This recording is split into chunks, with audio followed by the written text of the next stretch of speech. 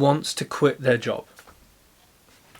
Probably a lot of people, if you're listening to this podcast and if you're in the property community or aiming to be, I think many people are happy with their jobs, but a lot of people aren't.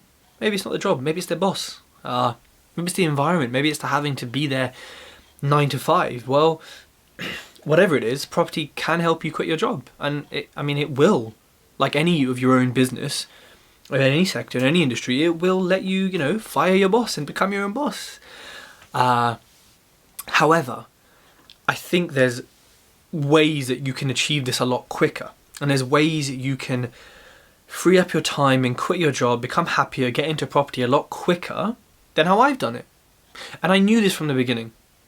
I didn't necessarily appreciate just how long, but I knew how long it would take. But you never really realize it until you experience it, until you feel it, right? Because it's your personal situation.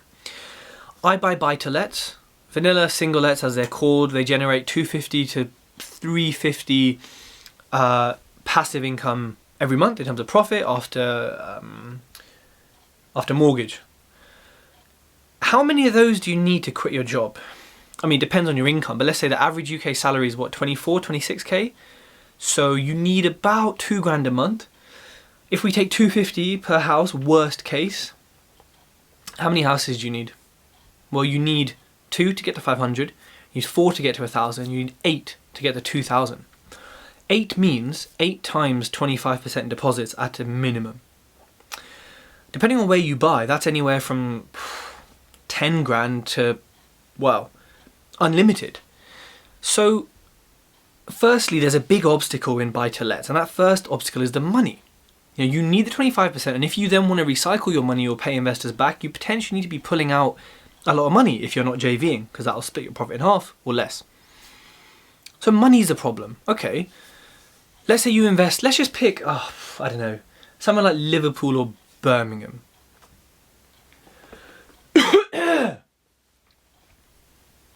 These places, let's say 100k houses, yeah? Let's just be really simple with the maths.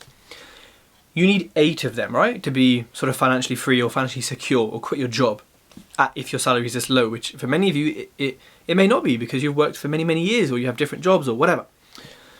That's 8 times 25 grand, and you need a couple of grand for stamp, legals, if you get in a survey, blah, blah, blah, blah, interest payments, let's say and then refurb, which could be anything, but let's just say you need 40 grand a house. Let's be really kind of easy, yeah? 4 grand for costs, 11 grand for refurb, maybe you're probably going to spend more. Let's just say 40 grand a house. You need £40,000 8 times. That's a lot of money. And if you want to quit your job soon, and if you're using one pot of 40 grand, then of course you can, but you're going to have to wait 8 cycles, or however long that is, until you get the money to have your financial security or freedom. That's long. That is long. And I haven't even gone into what a cycle looks like. But, that's a lot of money in an area where houses aren't that expensive compared to, say, London or the posh parts of the UK or whatever. Yet you still need a lot of money, right? So you look at that 40,000 8 times, right? And in total it's what? 320 grand? My math's good? 220? About 320 grand. And you can have that, don't get me wrong. If you've got £3.20 in your account, you add a couple of zeros and you can have 320 grand if you have the right investors and the right team and whatever around you. But that is the first challenge. Like, you have to just accept that when you're buying buy-to-lets, there is a lot of cost up front. Not as much as HMOs because of the refurbs. But if you're buying buy-to-lets and you want to do BRR, there are costs involved, right? And they're not, little costs. They can be expensive. So that's the first aspect of the cost, the cost of buying buy-to-lets. Now let's talk about actually buying them. So before we get into the legal process, which is always good fun, really good fun, it's not good fun, unless you have a great sister. Before that, you have to do viewings. You have to visit your investment area, especially if it's far away, and you have to find these properties first. So finding them means doing X number of viewings to then get this many offers, to then get this many small amount accepted.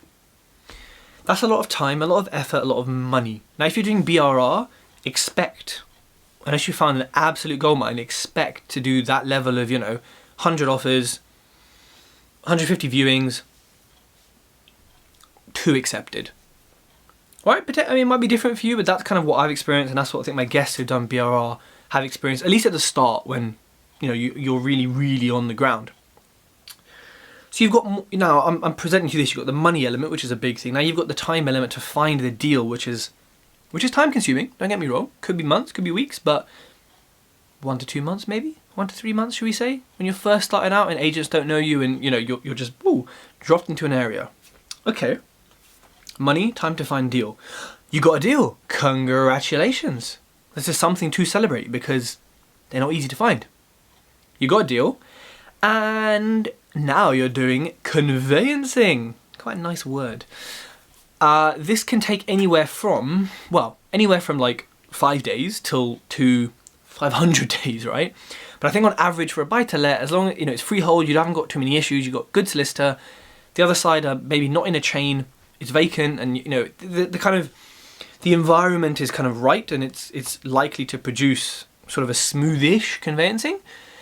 It can take anywhere from 1 to 3 months, I would say, is probably a safe bet. I mean, I'm going to look, if I look at my the properties I've bought, I'll run through some numbers. So one of the buy-to-lets took 53 days in conveyancing. Another one took 25. That was auction, so it had to be 28 or less. Another one took 79. And this was where the seller wanted a fast sale. And I had to switch solicitors halfway through because I was going to... I was going to have a cash investor, but that then changed and I had to bridge it. So then it went from my conveyancer to my solicitor. So a small delay, but not really. I don't know what took so long, really. I think it was a little bit on our side, but I think it was mainly their side, from what I can understand. And the agent was like, it's taking ages.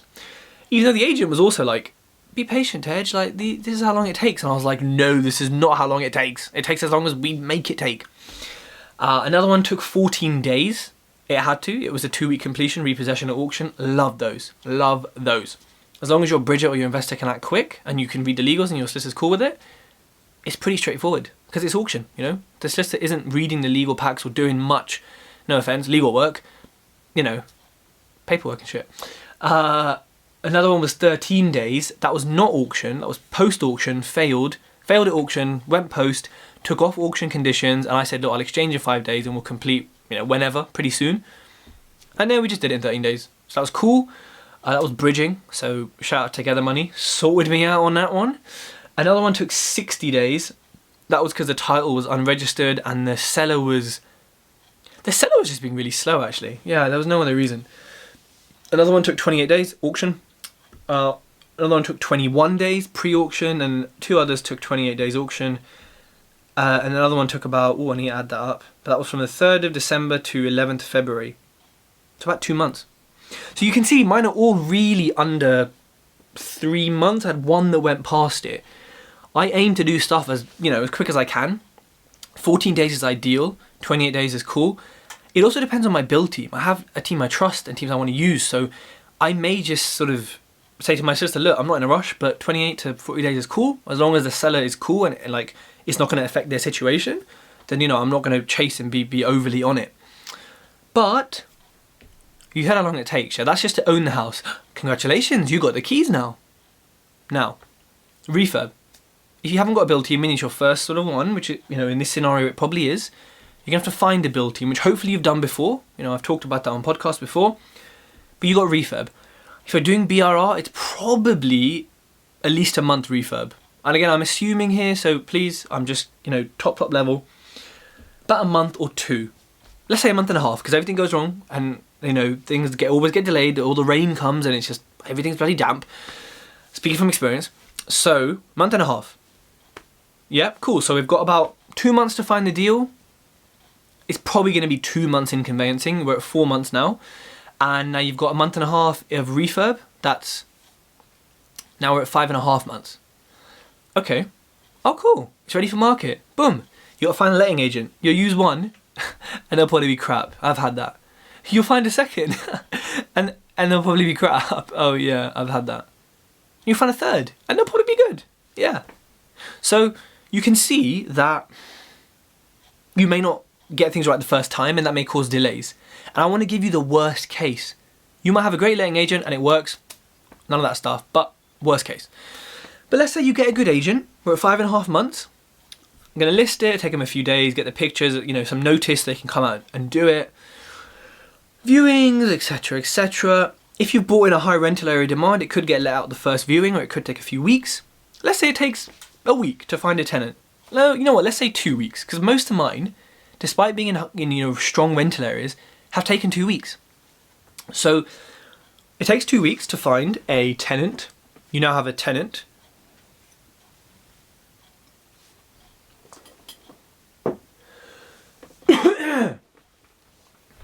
And now that you have a tenant, you are going to reference them. And this can take like 1 or 2 weeks.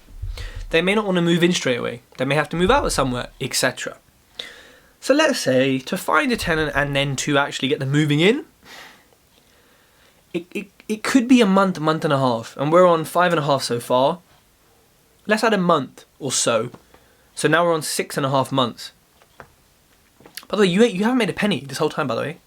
You've lost money because you're paying for the refurb, paying for council tax if you're not exempt, paying for insurance, paying the builders, paying the gas and electric that they're going to need to use. You've also devalued the house at some point in this process because you've stripped it back, so you've lost value in it as you rebuild it. This is not the most attractive sort of scenario, right? And this is the reality of buy-to-lets. This is what happens. So 6.5 months to go from, oh, I want a buy-to-let, to being like, oh, got a tenant in. I get my first month's rent. Hold on. You've used an estate agent to find the tenant, right? And you can do it yourself, but I would always recommend using an estate agent. I don't use them to manage, but I use it to find a tenant. That's probably going to cost you your first month's rent, maybe half. Now the tenant fees ban has come in. They are charging a lot more than before. Let's say it costs you 90% of your first month's rent, yeah?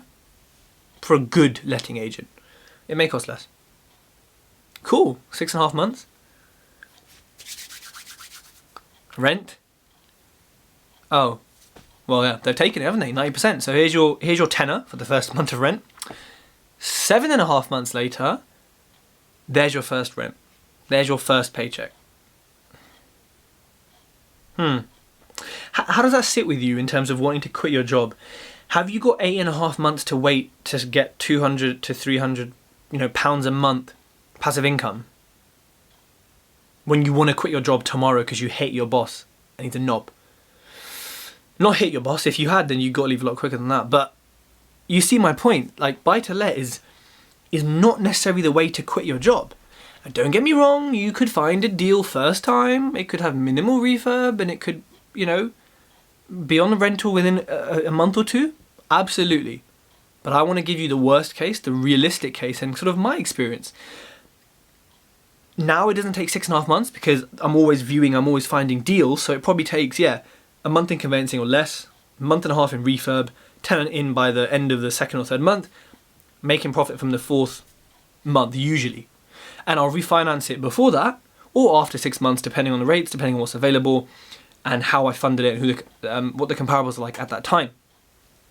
And that's another thing. You're going to have to, now you're making money, 6.5 months, you've passed a 6-month, annoying rule from some lenders, you can now remortgage. And you could do it earlier, but let's just play it really conservative, and now you can remortgage. And that's another 2 months until you can remortgage to get off your bridge or pay your investor off. So even if you've got that first month where you made a tenner, you're going to lose minus whatever their interest is. Whether it's monthly or whether it's rolled up, so technically losing it. And as you're switching to the remortgage, that month or so of the solicitors, shuffling papers, is going to then be a negative potentially, or it's going to be a lot less than a mortgage because you've got a bridge or an interest on it to a private investor that's higher than a mortgage. So yeah, not the most attractive strategy for quitting your job quickly. However, probably the most passive way, probably the most long-lasting, maybe resistant to regulation and all this crap like council tax banding for HMOs rooms, the lowest management, long-term wealth and asset building strategy. And that's why I do it. You know, I had a business before that I quit and went straight into property, and I had enough savings for probably about a year to live off, which, yeah, a year is going to be in like 4 months. Didn't realise that. So, for me, it was different because I didn't need to quit my job. I didn't need to get out of something ASAP. I had the savings because I knew, you know what, this is not actually going to give me income quickly. I'm going to need something to support me in the meantime. So I have my savings, and that's not easy for everyone to do. Mortgage, kids, cats, dogs, turtles, whatever you have, liabilities, right? Cars, etc. It's just not that straightforward to do for everyone, and I appreciate that. And that's why I want to go through buy-to-lets with you, because I talk about how great they are, and in my situation. But if you want to quit your job, then I think you seriously have to consider deal sourcing, which again can take the 1 to 3 months to find a deal, a month for conveyancing. So you're still looking at a couple of months. I think, and I haven't done these, the quickest way is to do rent to rent. Whether it's rent to rent HMO or rent to SA. With those, you can get them set up for less than $7,000 each, potentially depending on which one you do. You may not have to pay a deposit, may not have to pay a month's rent up front. You probably have to do one of the two. You know, I'm sure there's plenty of people who don't and who have been on my podcast. You can get the keys, you know, as soon as you're sort of referenced and offers accepted and they're happy with the deposit or whatever the arrangement is. You can start refurbing it ASAP and getting it relisted for rent or SA like straight away. As soon as the furniture's in, you can probably borrow that money on a credit card if you have a good credit limit.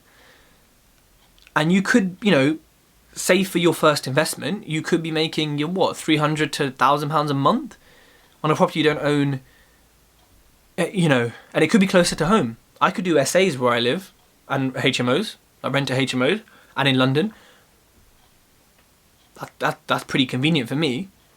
I couldn't do it where I invested necessarily, but I could do it here. And that's pretty cool. So I don't teach any rent to rent or rent to SA, and you know, there's plenty of people who do, and some have been on my podcast. And I'm not here to kind of sell you a strategy. I'm here to just say, look, if you're new and you want to quit your job, buy-to-lets, and actually HMOs probably fall in the same category, but less so because they will give you £800, £1,000, £2,000 a month, whatever, in the same or slightly longer time frame than a buy-to-let would, right? So you're ahead of the game with HMOs, but compared to rent-to-rents, you're not. So if you want to quit your job and you're unsure of the best strategy, you know, to do it, I think you seriously need to look at doing rent-to-rents first, because people say to me, Tej, my job's quite flexible, I have work from home, I have this. And I'm like, yeah, but how many viewings are you doing? Okay. If you were full-time, would you not do 10 more than that? Or 10 times that in a week? Yeah, I probably would. So, if you can do something to free up your time, even if you just got 2 rent-to-rents, yeah? And that's it. And they brought in 500 quid each. Let's say you said, you know what, all I need is £1,000. For the next few months, hey, if there's a void, fine, we'll deal with it. All I need is £1,000 for the next few months while I build up, alongside my savings, my buy-to-let portfolio. So just be wary when you quit your job that you need to have a safety net, and that safety net could just be a couple rent-to-rents. I know people who've got a couple and they're chilling. They're just chilling, making money, chilling. So again, as I always say, whatever works for you, and find out what that is, but don't brush these things to the side when they can be great ways to make money. Now, I'm not here saying to you, oh yeah, I've been through all the rent-to-rents, I know. All I'm saying is consider them, because they could seriously change your outlook and get you out of your job a lot quicker, which is what I assume we all want. So if you are watching this on YouTube, please like, comment and subscribe. If you're on the podcast, please subscribe and leave a review on the Facebook page or on iTunes. I really hope this has been helpful. Any questions, send me a DM, leave them in the comments below.